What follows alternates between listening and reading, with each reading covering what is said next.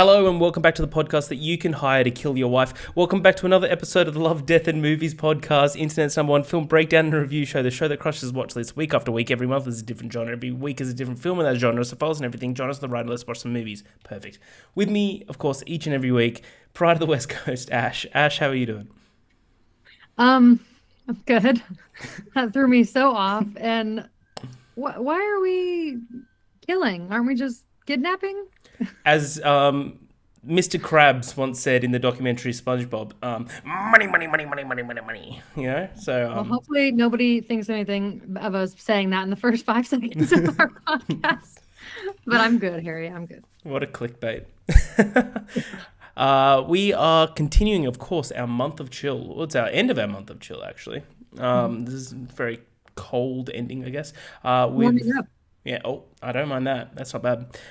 With the Coen Brothers classic, which is a classic film that I've watched throughout my childhood, Fargo. I love this movie. This movie's great. Spoilers, I love it.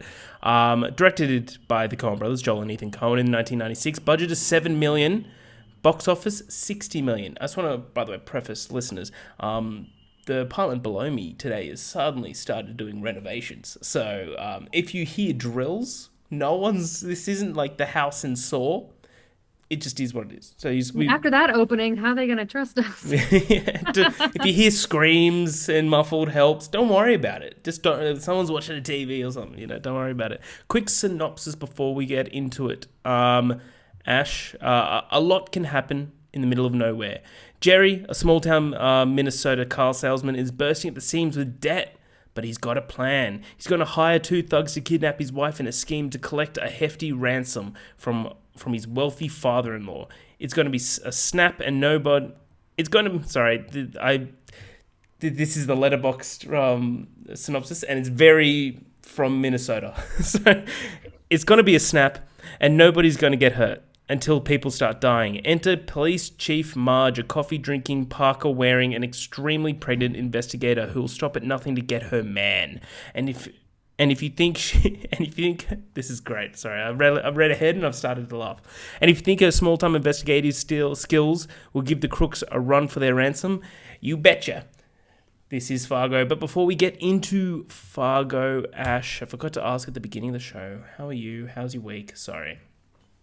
Wow. I was wondering when you were going to ask. I know, my bad. The it's all right. It's been just a roller coaster at work for me, so it's been a bit hectic, but looking forward to the weekend. It's Friday evening, so got a couple days to rejuvenate, before I gotta get back into it. But I mean, yeah, it's been a fine week, I guess. A little better than the week before. Been watching some stuff and trying to catch up on TV. Still watching Severance. I need to get to it. You would start it. Yeah, I will. Like I've got 2 weeks off work now, so I definitely will. I'll probably slam through it in a day. I don't know. Honestly, if you had like a nothing day, you really could get through season 1, definitely. And then there's only 2 episodes of season 2 out so far. So you're talking 11 episodes of television. That's under an hour. You know what? I'm going to be caught up to Severance by this time next week. Uh-oh. Deal. Uh-oh. Deal. I can't believe I said that. How are you, Harry? How's your week? That's pretty much all I have to report for mine. Nice. Yeah, it was good. It was pretty low key. I didn't see too much. I went and saw a preview of Companion, which comes from the Zach Cregger, who's the director of Barbarian. He produced it. So they're marketing this film as like from the creator of Barbarian. He's just a producer, just a producer. But it's very cool. Very much one of those movies where go in knowing nothing. Don't even watch the trailer, because there's something in the trailer that's given away in the second trailer specifically that apparently I was talking to the directs at the production studio that it was made at, and they're like, this movie doesn't seem too sellable on the first trailer, so they're like, we're just going to give it away in the second trailer, and that's kind of the marketing point. I'm like, fucking modern marketing. I did watch a trailer, unfortunately, and I don't know which one it was, so I'm not sure if I ruined it for myself. Yeah, don't go in now knowing nothing else. Then don't look at anything else. Literally, don't even look at a poster. They're kind of it's so annoying. But I really enjoyed it. I thought it was good fun. I saw September 5, the movie. Have you heard about this? It's about the Olympic Games in Munich. back in 1972, the Summer Olympic Games, where the whole hostage situation happened. But it's all from the perspective of the ABC News broadcasters. That was a really cool angle, but I thought it was very surface level and they didn't really go too depth into it. So that was kind of it. And then I watched Fargo, brings us to now, which is pretty cool. Yeah. But yeah, I got 2 weeks off work, so I'm going to be watching a lot of movies, which I can't wait for. Do it. I'm going to go see We Live in Time again today. So Oh, yeah? I'm ready to... You're going to cry? Big time. That sounded so like bullying. You going to cry? You going to cry, pal? But yes, I am. Wholeheartedly. That movie destroys you. It does. But it's not in just like a sad way. It's like very melancholic. You know what I mean? Feels very grounded to real life, I feel Yeah. like, which is why it's a hard watch. But yeah, it's fantastic. Love it. Yeah, and like I know you hate Andrew Garfield. I personally love him. I think he's great, but I think you should really come around to him. I think I'll consider it. Yeah, cool. Anyway, let's get into Fargo. So I've just done the synopsis. So Ash, what do you think of Fargo? What's your little history of Fargo? Yeah. I watched this for the first time, I think in 2023, because when I was logging it, I think it had been almost exactly 2 years since I last watched it. I think in 2023, I was kind of trying to tackle more movies I hadn't seen, and I loved Coen Brothers, so this was one of my films from them I It's a just good had one not to seen. tackle. Yeah. Yeah, I remember loving it the first time, but I think just how Minnesotian it was like, wow, like the accent, everything was just really hard to like absorb the first time, so it took me in and out of the movie more. I still liked it, but it just was a bit harder to like really be captured by it. But this time, I don't know if it's because I've seen Drop Dead Gorgeous like 10 times now, but I'm very, my ears are very used to the accent now, and I appreciate it more than I did 2 years ago. So, yeah, I was able to just fully immerse myself into this insane crime thriller story, which I guess it really is a crime thriller at its core, in a very, Cohen way, but just has that comedic element of what he's setting up is so ridiculous. Jerry will do anything but just actually make a decent decision in his life. So He's so annoying. yeah, I think my review said in a world full of Jerry's be a norm. That's a good review. And I stand by. That's a very good review. Thanks. I try sometimes. But yeah, I think that Frances McDormand really is what makes this movie for me. Once she comes into it, I'm so much more locked in. I think the initial setup of the story with the thugs is like, it's interesting enough. It's funny in parts. The concept of what they're doing is absolutely insane, to do something like that just for some money from your father-in-law. But I think it gets really good when she gets involved. And I had an absolute blast watching this movie. And I really wish that I knew somebody from Minnesota so that I could hear this accent on a more regular basis. I thought you were about to say, I really wish I knew some hitmen. Like, I was just about to be like, ooh. I don't have a father-in-law that has millions of dollars to their name, unfortunately. That's a damn shame. That's Yeah. a damn shame. That's awesome. Yeah, I love this movie. This movie is like one weirdly from my childhood. It's one of my mom's So weird. favorite movies. So she used to always be watching Fargo, and that's how I kind of got introduced to the Coen Brothers, because I loved this film and I loved this, like even from a young age, I loved this comedy. I always just thought it was so funny. Like and it's so like endearing. Like if you break it down, this movie is kind of horrific. But it's kind of like a comedic version of True Detective. Like it's in a way, like if you've seen True Detective season 1, which I hope you have, that's wild. But it's kind of like the same thing where it's like it's kind of, especially towards the end, like the wood chipper. That's like really So fucked good. up if you think about it. Oh, yeah. But the way that they see it, like the way they like this whole movie's told is just very, very hilarious. Like even just like little things like Steve Buscemi was specifically like the character that he was, I can't even remember his character's name, which Carl Showalter, was specifically written for Steve Buscemi by how many times they describe him as kind of funny looking. That was literally written. Funny looking? Yeah, kind of funny Any looking. specifics? Just General? Just Funny general, looking? just general. It's so disrespectful. It's so good that, but like no, like that part was specifically written for Buscemi, which makes sense because he is very funny looking. He does look like Randall out of Monsters Inc. Sorry, Steve. Which why We love you, Steve. we love you, Steve, and he's a fan of the knows. show. He's a fan of the show. He's outwardly spoken about it, which is pretty cool.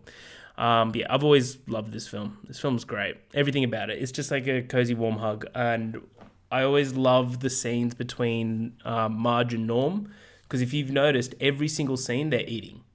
No matter what, they're always breaking bread, and it's hilarious. Like whether it's like just like when he wakes up, goes, "No, I'll make you eggs," or like they're having like trays of food at the buffet, or like even if they're just in bed at like watching TV at night, they're still just eating chips. Yeah, then no Yeah. matter what, they're always eating, and I think that's Hey, really endearing. Endearing. you got to find your person who you can eat with for life. And as someone who's married, I feel like that was a great representation of a married couple in a movie. We don't always get it, and I feel like it's so wholesome. He's so sweet for like wanting to get up with her like whatever hour of the day that is to make her eggs. It's like you got to eat. You got to make you some eggs. Yeah, I think the relationship is so sweet. I think it adds like a little bit of heart to the movie because of what's happening is so horrific at its core, and it's like it's a multiple murder case at the end of the day. So I think it's sweet that they showcase little moments. I don't know. I feel like it goes to the whole theme of just like this simple kind of Minnesotan like life that they live. Like these people are all just very,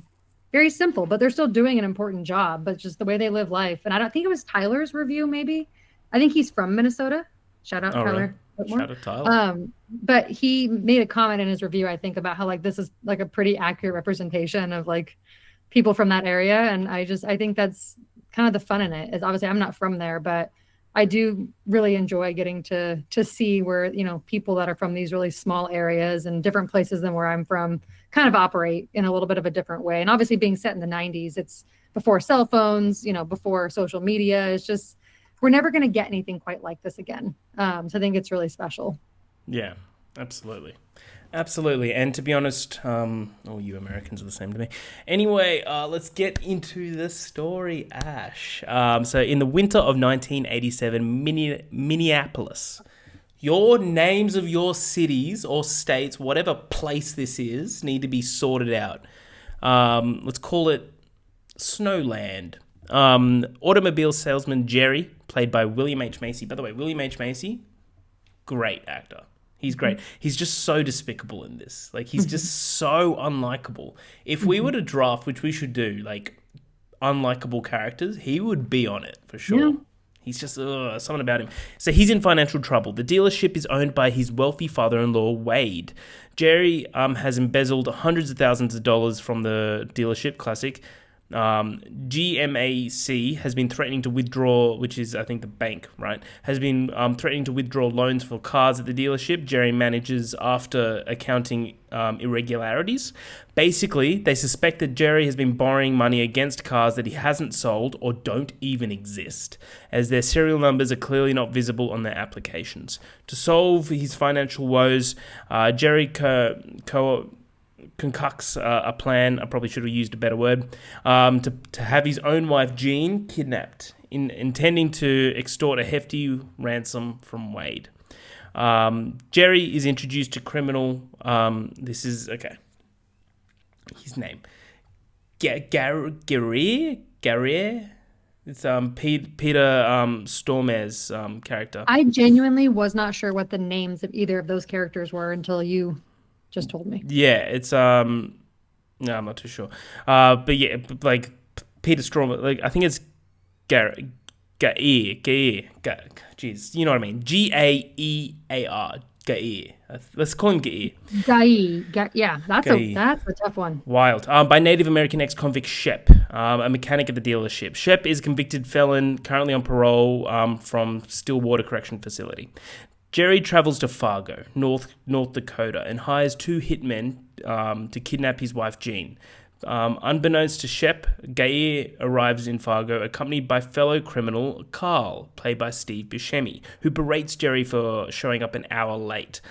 I love this little back and forth in the bar, because that completely sets up the entire tone for the film of just like the complete back, and I think it's great. It's just really tongue-in-cheek. Carl and Gaear express skepticism and bewilderment at Jerry's scheme, but ultimately agree to kidnapping in exchange for a new Oldsmobile and $40,000 cut of the alleged $80,000 ransom. However, Jerry intends to demand a much higher sum of money from his wealthy father-in-law, Wade, and keep most of the money for himself. Interesting. Jerry has been trying to raise money by promoting a real estate deal involving a 40-acre parking lot to Wade. Stan is an executive working for Wade, so it's like Wade's right-hand man, and wets all over his investment deals. Jerry tries to call off the kidnapping after Wade agrees to the investment, but he is too late as Shep do not have any any different contact details to Gaye. So basically, he's hired the hitmen. Once you've hired them, the job's being done. Hitmen, whatever you call them, the criminals. Didn't have cell phones, like I said. Amen. Oh, dude, a lot of these movies, they just like nothing happens if they had iPhones. It's kind of funny, right? As it turns out, Wade intends to buy the property himself, giving Jerry only a finder's fee, which is not enough to pay his debts. So, Ash, this is the beginning of the film. Anything to kind of call out here? Yeah, I love that it opens directly into Fargo and just into the bar. It just kind of sets you right up for what's going to happen. I think it's a good call because the entire movie is about all of it going wrong. I think it's great that they set it up beginning with the deal being made with the thugs. I think that kind of just gets the ball rolling and you're like, oh, this is a story about that. And then you're like, oh, wait, no, everything's going to go wrong. And it's actually a story about all that stuff that goes wrong. So I think it's a really smart way to start it. And I think that, yeah, Jerry is very irritating, very unlikable, doesn't deserve his wife and kid. Also, is this a true story? Because I don't know if that's real at the beginning when they say that it's a real story. So funnily you say this. I was going to leave this to the end. So it's not a true story at all. I didn't think so. But there's there's this like urban legend in Japan of Kumiko, who thought it was a true story, flew to Fargo, North Dakota to try and find the money that was buried somewhere out there. Couldn't find it and died. Oh my gosh. But it's an urban legend, so no one really knows if it's true or not. But then they made a movie about it in 2015 called Kumiko the Treasure Hunter. Okay. So check that out if you want. Sorry. Okay. Yeah, I just thought of that as we were talking. But yeah, no, Jerry's the worst. And I love the scene. I think it happens in the beginning here where he gets his first call from the guy who is like the auditor. And he's like, oh, I'll just fax it right over to you. Okay now. Okay, real good now. Okay, I'll fax it over to you. He's just like, no, don't fax it. He goes, no, sorry, no, I'll send it to you. Yes. I'll send it to you. No, don't fax it. No, I'm going to send it to you right now. I'm just like, I literally was thinking to myself, like, how are people from Minnesota real? Like the way that they communicate in this is so fantastic. There's just like a charm to it. You just can't possibly hate it. It's really entertaining to listen to. And yeah, I thought that the scene with like the build up to meeting with Stan and Wade and them being like, we're not a bank, Jerry. Like, I think it's interesting that Jerry thinks his father-in-law is so stupid. That's the thing. Like, he's so set on his idea and he thinks nothing's going to go wrong. And he thinks his father-in-law, even when we get into it later, is going to just let Jerry go deal with the thugs. Like, yeah, Wade's not messing around. This is a man with a lot of money and he can do whatever he wants, and he obviously cares about his daughter. He even tells Jerry at one point, I think, that his grandson and daughter will always be safe. Like, he's literally telling him, like, I will protect my grandson and my daughter. I don't care about you. So I just find it really like interesting that Jerry's so convinced that they're gonna help him, give him this money, loan him it like they're a bank. It's all just a great buildup to obviously what happens once the wife is kidnapped, which I guess you haven't really got into. So I'll leave my thoughts for all that for what's coming. Ooh, foreshadow. Nice. On the way to Minneapolis, Jesus Christ, your fucking country.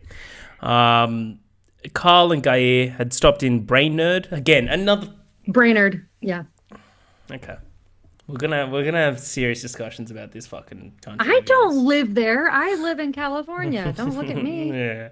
And they had relationships with two... women of the night, let's call them that. Carl and Gaye kidnap Jean from her house, which is hilarious scene where she's just watching TV and he comes up the back stairs and is like looking in, doesn't see her. I think that's so stupid. But on their way out of Brainerd, is that how you say it? Brainerd, yeah. Cool. A Minnesota State police officer stops them because of their car license plate. The car was brand new and Carl had not installed the temporary license plate yet. When Carl attempts to bribe the trooper and that completely fails, Gaye kills the trooper. Ooh. As Carl is moving the trooper's body off the road, he is seen by a couple passing by their car. Gaia chases the couple, who loses control of their car, swerve off the road, enabling Gaia to kill them both. Which is called, like, again, any other film, this is actually really horrific. But it's the way that they shoot it, how they're just, like, staring at him. He's, like, dragging the body and they're both staring at each other. It's funny. The deaths are investigated by local police chief Marge, played by Frances McDormand. And just round of applause for Frances. Also friend of the show. She's outly spoken there. She's a big fan.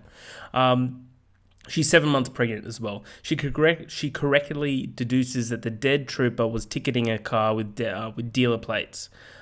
She later learns that two men driving a dealership vehicle checked into a nearby motel, which is a Blue Ox, with the two call girls and placed a call to Shep. After questioning the girls and learning that the two men were headed to Twin Cities because they just talk way too much, this is hilarious. They just reveal everything to everyone that they meet. Marge visits Wade's dealership, just wanting to understand if any new car with dealer plates have been reported missing recently. When Shep feigns ignorance and Jerry nervously insists that no cars are missing, no cars are missing. So that's the end of the sentence right there. There's a full stop right there. I can see it. While in Minneapolis, Marge reconnects with Mike, played by Steve Park, a high school classmate. Mike awkwardly tries to romance her before breaking down and telling her about his wife's death. This scene is so fucking wild. Where he's just like, she's like, yeah, I'm heavily pregnant. And she goes, oh, I'll sit on this side with you. He goes, no, you can sit there. It took me. I'll be honest, I didn't really understand this storyline being in the movie. I kind of felt like we could have spent another 10 minutes on something else. That's my one, like, kind of gripe with this film. I did not understand the purpose of that. There was no, yeah, I kind of agree. I kind of just sort of like, so we definitely know that Marge is a good person, like, but like we kind of already were gauging that she's a cop and like she was investigating murders, like. Yeah, I felt like it was just lined up for a joke, maybe. I wonder if it was a part of her motivation for staying over like the whole, weekend in like the bigger city. Like, I wonder if that was like her motivation, because she did talk about like how she's going to spend the, weekend away, stay at a hotel and like stay in Minneapolis. Yeah. So maybe that was just like part of her motivation, was like, oh, I'll get together with this old friend. Yeah. Because I'm a nice person. I kind of feel like they were trying to go for that, but yeah, I just felt like we could have spent time on something else. Yeah, agreed. But fun fact here, Joel Coen had Frances McDormand and John Carroll Lynch conceive their backstory. So John Carroll Lynch plays Norm. Frances McDormand, of course, Marge. They conceive their own backstory for their characters and get the feel for them. So they decided that Norm and Marge were working together on the police force when they were married, and they had to choose which one had to quit. Since Marge was the better police officer, Norm quit and took up painting. So that's how... That's adorable. It's very adorable. So in the light of the three murders, Carl demands Jerry hand over the entire $80,000. Jerry tells Wade that the kidnappers had demanded $1 million. Jerry contacts Wade, saying that the kidnappers insist on dealing only with Jerry. Wayne accepts their arrangement at first, but later changes his mind. Shep finds Carl with a call girl in Minneapolis, in a Minneapolis hotel room, and attacks him for bringing Shep to the attention of the police. Carl angrily calls Jerry and demands he bring the money immediately. Wade insists on delivering the ransom himself and meets Carl in the parking lot. Ooh, so anything to add here, Ash, before we get into what happens in the parking lot, because that kind of coincides with the rest of the third act. I thought it was kind of a big section of the movie. Yeah, it's kind of hard to write notes because like not much happens, but like a lot happens at the same time, Yeah, and it's kind of, there's a lot of scenes where you're sort of just like, you're observing these people in this area that is just, they behave in a very specific manner. So a lot of it is like almost like people watching, but through a movie. But there's still a lot of like great things throughout here, even though like, I guess plot wise, maybe not a lot's happening. I mean, as far as the wife and the whole like breaking in to kidnap her, I think that scene's worth highlighting. I find that I think that this is an important piece of it because Jerry did not anticipate his wife being capable of fighting back. So that's like his first big mistake. You underestimated your own wife, who you thought would just be kidnapped without any kind of effort put into it. She fights she fights hard. Yeah, she bit a Like, guy. yeah, and she hides in the shower, and it's like it's only because she falls down the stairs and like I'm assuming passes out or becomes concussed or something that she ends up even going with them. I mean, technically, if she had gotten out of that window and gotten away, this might have never happened. So, just round of applause for Jean, first of all, for making an effort Fan of to the show as well. get away. So that was kind of an interesting, moment to showcase that. Yeah, that's Jerry's first big mistake is that he underestimated her. And then yeah, it's just a hysterical scene watching them.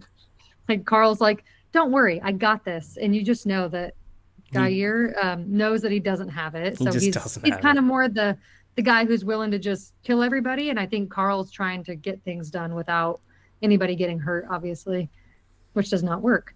Um, but I just want to take a second to like highlight our introduction to Marge because Go I ahead. just think that she's just so lovable from the start. It's just like answering the phone either middle of the night, late at night. I'm assuming it's middle of the night, like 3, 4 a.m. because she obviously, gets up and goes to work. But just her personality is so like sweet from the beginning. Be there in a jiff. Yeah.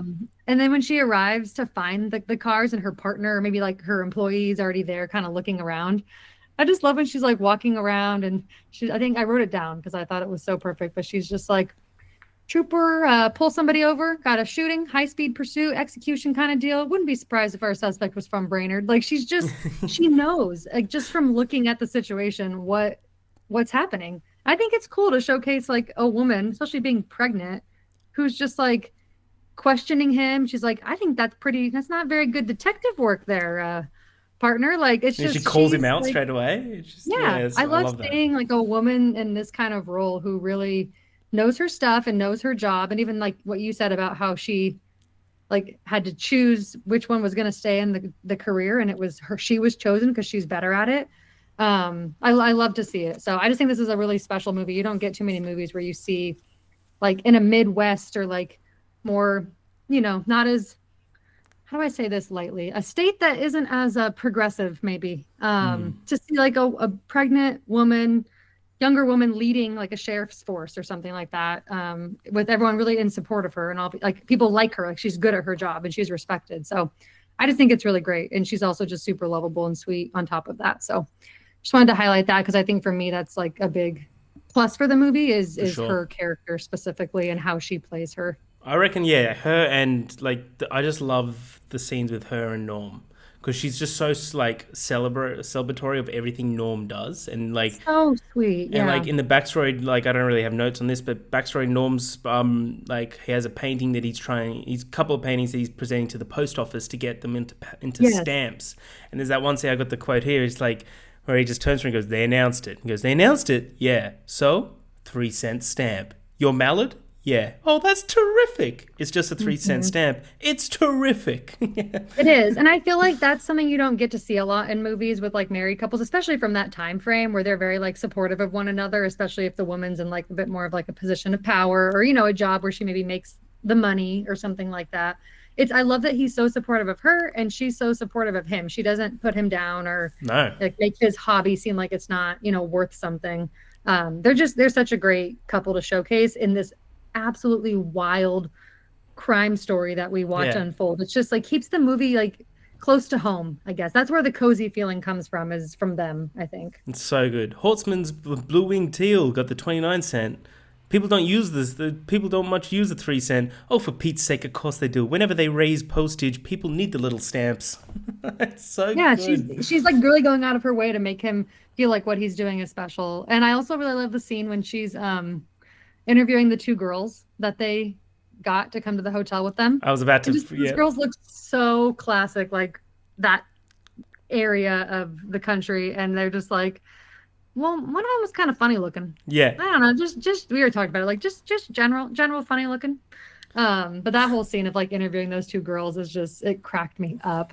I was dying. So you're having sex with the little fella then? Uh-huh. So, it's so good. But yeah, So we said it. The amount of times that Steve Buscemi's just described as kind of funny looking throughout this whole, like every person, whenever they start to talk about of Carl that they saw this character, it's like he's about to say, oh, he's kind of funny looking. Funny looking how? Just general. Just There's general. no specifics. I Yeah. also think it's interesting that throughout this whole section, like, do you feel like Jerry is so bad at trying to convince anyone that nothing's going on? Like, he Yeah. seems so suspicious throughout the entire movie. I think it's because I think it's exactly what you said before. I think he thought that everyone else was like wasn't as smart as him. So he thought that He's the this dumb one. he's very much the dumb one, but he thought that this whole plan was going to go off without a hitch. And like Hmm. everything is going wrong. He thought that the wife was going to be kidnapped so quickly. That didn't happen. He thought that that the kidnappers weren't going to kill three people, including a state trooper. That didn't happen. He thought that the father-in-law would just allow him to handle all the money. That didn't happen. Like there is so much that Hmm. just didn't happen. And he thought that the fake serial numbers of the cars wouldn't get flagged. It got flagged. True. Like Yeah, literally everything he thinks that's the problem is he thinks he's so smart and he's actually really dumb and everybody else around him is way smarter, including his wife.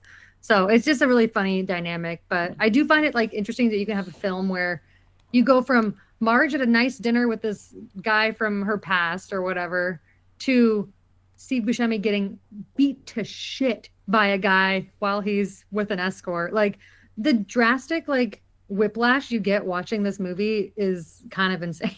it's nuts. It's so crazy. Let's get into the last part of the film. Which is what's his name, Wade. Oh, When Wade meets Carl at the parking garage, he refuses to give him the money until he sees his daughter returned. Fair enough. Angered by his demands and unexpected appearance, Carl shoots Wade. But before he dies, Wade shoots Carl in the face in the most like excruciatingly like painful way that it looks like, just grazing along his cheek. Carl then kills the garage attendant or garage attendant, however you pronounce it over there. Ash, I don't know. Do you call it garage. Do you call it garage, or do you call it like, is that A the? parking garage, yeah. Yeah, cool. Sometimes you guys have names for stuff that is a bit Why are you questionable. always lumping me in? Like I made all the decisions that have happened in America. Sidewalk, there's a couple of things like It's a that. path. Yeah. How do you pronounce aluminium? Is it aluminum? Aluminum. Yeah. Yeah. You could take that one to the bank, listeners. Oh, don't even. Jerry arrives at the scene just after Carl leaves. Later, Carl discovers that the bag he took that from Wade contains $1 million and buries most of the money after taking out the $80,000 due to them by the side of the highway. Marge then learns from a friend that Yanagita, is that Shep? Sorry, I'm just looking it up. No, Oh, Shep's Proudfoot. Who's Yanagita? Proudfoot. Oh, that's Mike. Yanagita is Mike. Mike. The guy Oh, she went to dinner with. oh, lol. That's right. Yeah, sorry. Because I was just looking at the synopsis of this to write this out. Um, yeah, it learns that he lied. He had no wife and is mentally ill. Reflecting on this, Marge returns to the Wade's dealership. And agitated Jerry insists that no cars are missing and tells Marge that he'll double check the inventory. You are darn tootin'. Marge sees Jerry driving off the lot and calls the state police. Wait, I got the quote Fleeing the here. interview. Yeah. Oh, for Pete's sake. Oh, for Pete's sake. He's fleeing the interview. He's fleeing the interview. It's so good. She's so adorable. I love her. Yeah, sees her and calls the state police. At the cabin, Carl finds that Gaye had killed Jean because she would not be quiet. Again, this isn't funny, but the way that they shoot this, it's funny. Carl says that they should split up and leave immediately, and they argue over who will keep the Sierra, the car. Carl uses his injury as justification, insults Gaye, and attempts to leave with the car, but Gaye kills him with an axe. Marge drives to the Moose Lake again. Okay. Moose Lake. Ash. Harry, you're asking questions about a place that you don't understand. Like, Wisconsin is like known as the cheese state. Like, this The is the area of the country cheese you're talking state. about, and you're worried about Moose Lake. This is a place where you probably have a lot of mooses. How do you say multiple moose? Mice. Yeah. Mices, mooses. I don't know what to tell you. It's just the way it is. You just dropped into a Minnesota accent and I don't know what to tell you. Don't you know? Don't you know? That's so You funny. betcha. Moose Lake is wild name. It's an adorable People are gonna name. be like, "Why do you have a podcast with an American? You hate America." That's so funny. I don't hate them. Uh, So Marge drives to Moose Lake, tipped by a local bartender who overheard a customer brag about killing someone. So again, everyone's so stupid in this Yes. fucking movie. It's so funny. Except Marge. She sees the Sierra then because she's on the phone. She's like, "Oh, brown Sierra, brown Sierra," and then discovers the Gaia feeding Carl's body into a wood chipper. Gaia attempts to flee, but Marge shoots him in the leg and arrests him. Shortly after, Jerry is arrested at the motel outside North Dakota.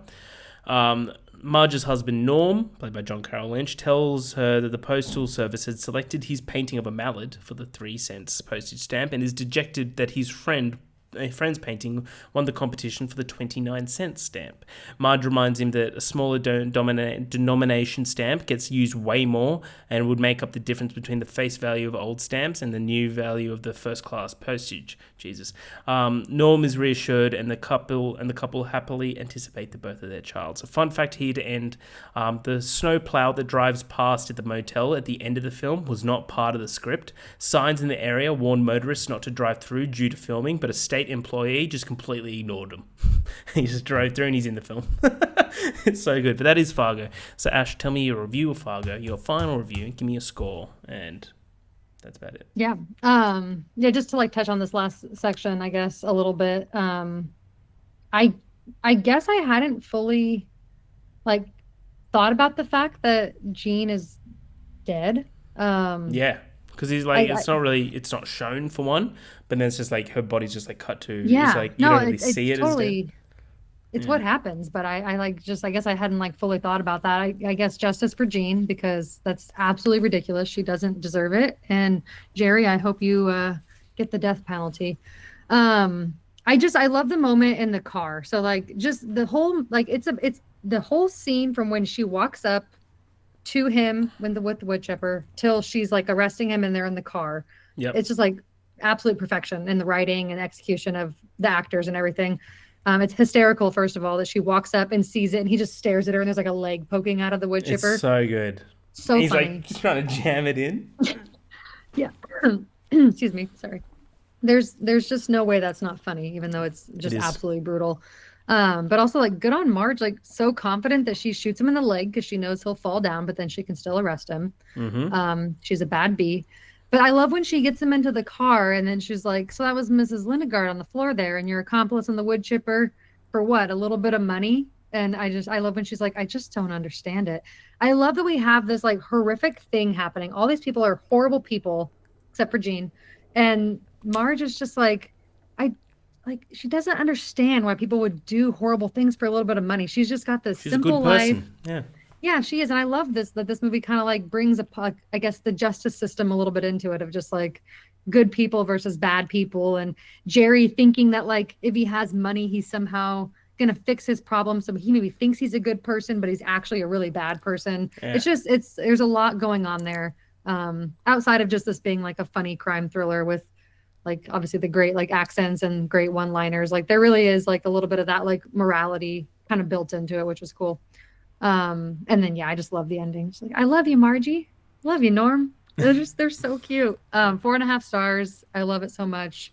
I definitely think I'll watch this one like every couple of years, just when I want the snowy vibes and the cozy vibes and want to hang out with Marge and Norm a little bit. Yeah, I echo everything you say. I think this movie is spectacular. I think this movie is great. I also give it 4.5. I think it's bloody just great. It's a warm hug. You know, it's a weird way to describe it, but I know, but you know what I mean. It's like a weird comfort film, where like every character is so well written. It's strangely just so hilarious. Like this is the dry humor that I love. I love this shit. And the characters of Marge and Norm are literally goals, which they're just so great. So yeah, I love this film. I think it's great. I think it's very like dark and convoluted, but at the same time just super like simplified in a way that's incredibly accessible. Yeah, and I don't know that anybody else could have done it besides the Coens. I think they have a really like unique talent of being able to take like these really dark themes and dark like stories and can present them in a way that are, you know, you have things like No Country for Old Men that is like it just kind of highlights the dark nature of you know something, but then you can also have the same brains create something like this where you take this like dark crime. It's like Big Lebowski. It's very like Big Lebowski. Yeah, and even Big Lebowski has its moments of like Yeah. there's a kind of a dark theme going on, but it's so funny when you have certain characters. I think that's what it is. The characters really bring their movies to life. And I think the movies that they make that are the better ones have some of the best, like most iconic characters. So they are very good at creating that, which I think is just really special and unique. So yeah, absolutely love it. Agree with everything you said. Big time. Nice. So, Ash, we're moving on to our game of the show, which I'm passing over to you. Yes, sir. So we are doing another collaborative draft. We've done two. This will be our third one, which is fun. And again, shout out to the Movie Draft podcast where we got this idea from. But it's only two of us, so we'll just have our drafter A and B spots. Nice. We're gonna do it kind of like we did back when we drafted the movies that we've done on the podcast so far. So with there only being two of us, we each get two vetoes if we want to use them. I can't really imagine us using them for this draft unless we just really are passionate about something. But we're going to be doing a collaborative draft of the most anticipated films of 2025. So we're about 24 days into the year. So we thought it would be fun to collaboratively, that word is hard to say, collaboratively put together a list of 15 movies that we're most excited about. So I actually already spun and I was first, so I get to pick which drafter spot I want. And I actually picked drafter. Huh? Interesting. I swear I did the wheel. Yeah. But I actually want to be drafter B because I do not want the number one spot. Fuck. Okay. Damn. I feel like that's a lot of pressure. So just to remind you, drafter A, which will be you, you'll get spots 13, 11, 9, 7, 5, 3, and 1. And then I will get. Sorry, I'll write that again. 13. Well, I'll remind you too. But yeah, 13, 11, 9, 7, 5, 3, and 1. Gotcha. And then I get 15 and 14. So that's the kind of the difference is I get, two in a row, but then I don't get the top spot. And then I get 12, 10, 8, 6, 4, and 2. Gotcha. So I will kick it off with the bottom two. And the one caveat to this, just for listeners, we're only doing movies that we know have a release date. Yeah. So if it's something that's been pushed out or we're not sure if it's coming out, there hasn't really been anything definitive, then we're not going to pick that. Yeah, there's stuff like the next Mad Max is apparently still has a 2025, it's marketed towards 2025. Mm-hmm. Movie isn't even fucking starting to film yet. I don't even think cast, so not including that sort of stuff. Also, PTA's new film has been pushed to next year. Yes, so we're just going to go ahead and throw that out there that will not be on this list. Yeah. Okay, well, I will kick it off. And you might not be expecting this one from me. I don't even know if you know about this movie, but I'm going to be putting up a movie called Opus at number 15. I do know this one. I do. This is the John Malkovich one? Yeah, John Malkovich and Iowa Debris, which I think is just fantastic to put the two of them in a movie. But it's classified as a horror musical, which is like, are you kidding me? Like, that's perfect for me. And it's being distributed by A24. So, I'm set. Okay. That wasn't in my top 15, so I'm going to have to decide one. I'm okay with that being there. I like AO. AO Debris. Huge fan of the podcast as well, which is cool. Yes. She's really cool. Yeah, I figured that was kind of like maybe one you didn't care about as much, but I don't know. I guess I just don't have maybe as much hype for some stuff this year because there's so many sequels or so many franchise movies, and I just don't want our list to be a bunch of franchise movies. So I figure we got to get some original ideas in there. No, that's cool. Okay, and then backtracking off of what I just said about franchise or sequels, at 14, because I'd be really bummed if it wasn't on this list, I'm going to put up Happy Gilmore 2. That was in my honorable mentions. I love that as putting in there. I don't know. If you want to veto it, you can. No. It was in my honorable. I love that it's on our list. I think it's Adam Sandler's best comedy that he's done, and so I think it could be a lot of fun. Okay, I'm all right with eliminating this one. And do we know if Heat 2 is coming out this year? I don't know. I haven't seen anything about a release date, but I could double check real quick. Yeah, maybe. It says late 2025 or realistically in 2026. So we're okay to not include that then, because it doesn't mean we're not excited. It just means that we can't pick stuff that's not definitively. Because I would pick Heat 2, but I agree we can't. Okay, cool. Yeah. My first one will probably be. What's this? Is Oz Perkins the Monkey. Interesting. The horror movie coming from the director of Longlegs. I had that a lot higher than 13. Hey, then veto me. I can pick someone else. I might veto you. I'm pretty excited about that. It comes out Okay. next month. All right, and no, I no, think I'm it's gonna okay. be really good. All right, no worries. How about I put in? I want that one. What's higher? I'm okay to put kind of the only MC movie I'm actually excited about, which is Fantastic Four. Yeah, I'm okay with that. I also was thinking that as well. Okay. I hope every MCU movie is great, but that's the only one that I'm like, oh hell yeah, I can't wait. This is gonna be fun. I agree. Yeah. Okay. So one that you might veto this, but I'm gonna try anyways. This might just be me. It's probably just me. But I love the first one, and the second one's probably not gonna be that good. What do you think about Zootopia 2, Harry? I did cut that. I'm going to veto it. Okay. Because I feel like if we include that, we're going to get to the end now where we're going to forget about some huge ones. I just had to shoot my shot, you know? Had Hey, to try. I fucking love Zootopia 1. And I'm going to be there front row high as hell watching Zootopia 2. Yes. So, yeah, don't worry. I love the film. But for this, I'm like, trust me, there is going to be shit that we're going to forget. I just had to try. Okay. Cool. What about Sinners, Ryan Coogler's new film? I'm okay with that being 12. Yep. I think that'll be interesting. I like Michael B. Jordan a lot, so yeah, I'm excited for it. Sinners at number 12. Nice. So we've each used a veto. Yeah, that's cool. I'm alright with that being there then. Cool. I'm going to go with I really loved the second one. I know not many people loved it as much as the first one. I really loved the second one as much as the first one. I'm going to go Wake Up Dead Man. Knives Out 3. Is that the Knives Out? Yeah, I also was thinking that'd be good on this list. I think that's a good spot for it. So do I. I think there's a lot of shit that we need to put higher than that. So. And it's called Wake Up Dead Man, right? Wake Up Dead Man. Yeah. Okay. All right. Okay, so now we're getting into the top 10. Pressure's on. I want this on the list, but I feel like you're gonna veto it. But then if you do, it's your last veto, and then It is. you can't veto me anymore. It's true. I'm a massive Scott Derrickson fan. You know this. You putting The Gorge? No.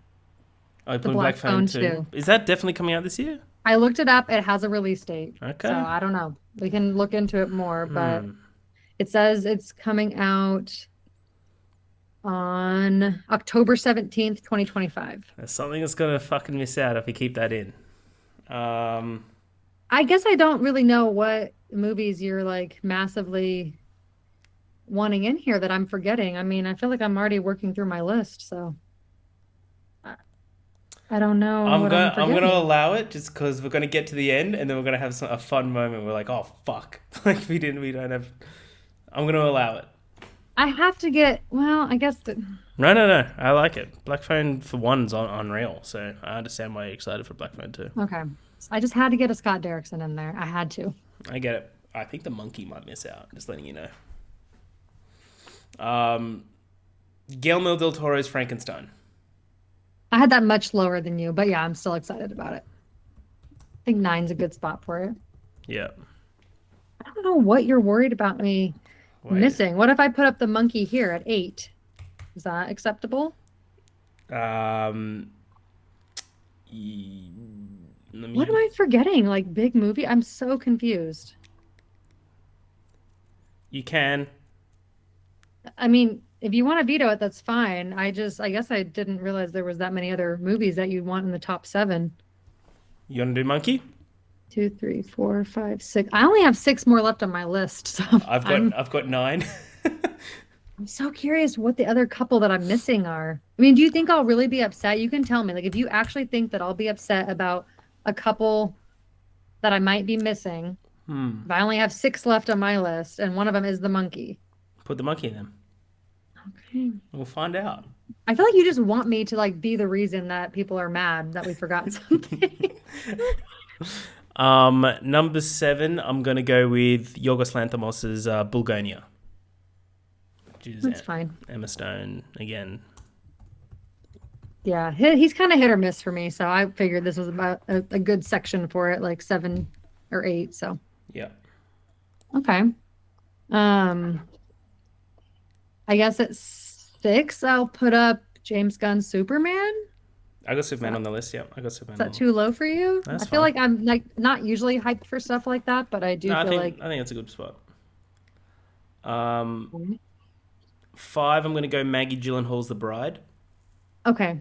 Yeah, I'm excited about that too. I guess I didn't really have it on my list because I didn't know if we wanted like Frankenstein and The Bride both on there, but you seem more excited about that one than Oh yeah. Frankenstein.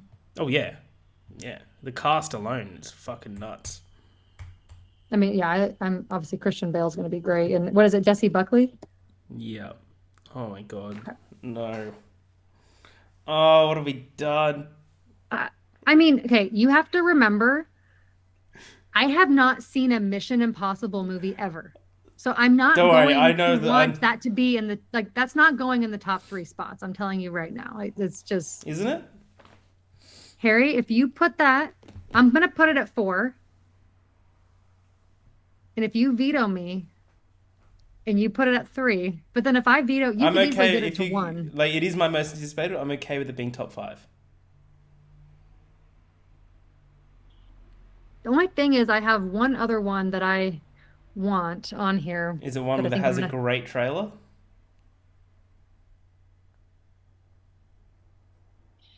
I don't know if I should put. Okay, fine. I'll put up Mission Impossible. What is it even called? The Final Reckoning? The Final Reckoning. It's my friend's movie. I know that everybody's hyped about this. I'm sorry, listeners. I've never seen a Mission Impossible movie. Yeah, It just can we- doesn't really speak to me. But can you watch them before Final Reckoning? I have to watch all of them? They're great. Especially from like 3 onwards. They're great. Okay. All right. I'll try. For you, I'll try. All right. Top 3. This is kind of fucking wild now. I'm so curious what the ones I'm forgetting are. One. So how many do you have on your list now? There's 3 left. One I'd be fine leaving off completely. Like, it's fine. But there's 2 that I like want on here. And yes, one of them, they both have great trailers, but one of them specifically, the trailer surprised me. Yeah. How good it was. I'm okay with putting that at number 2. Because number 3, I'm going to go Mickey 17. Really? Yeah. That's my most anticipated movie of this year. Well, we put my most anticipated at 4. Well, if I vetoed it, then it would have to end up in number 1 or 2. But I guess I won't do that to you. I just don't understand what's our number 1 and 2 going to be then. What am I missing? Put who you think is number 2, and I'll tell you who's number 1. Okay, since this is collaborative, I'm just gonna speak my truth. The 3 I have left are Mickey 17, 28 Years Later, and The Running Man. Yeah, Those are the you're last missing. You're 3. missing a huge one. Yeah. I'm missing something. I Yeah. really don't know. You are. I haven't got Running Man Fine, on Mickey mine. 17 at 3 is fine. Cool. So who's number 2, Ash? I guess I'll put up 28 Years Later since I don't know what I'm missing. Beautiful. And my number 1, oh please don't veto it, please, is Avatar: Fire and Ash. I haven't even seen Way of the Water. Those Oh, movies just don't really? really do anything for me. I don't know. I saw Avatar when it came out in a It has your name in it. setting, and yeah. Fire and Ash. And I'm both actually. I'm a Leo, and I'm very fiery, and I'm named Ash, so it's perfect for me. It's a perfect world.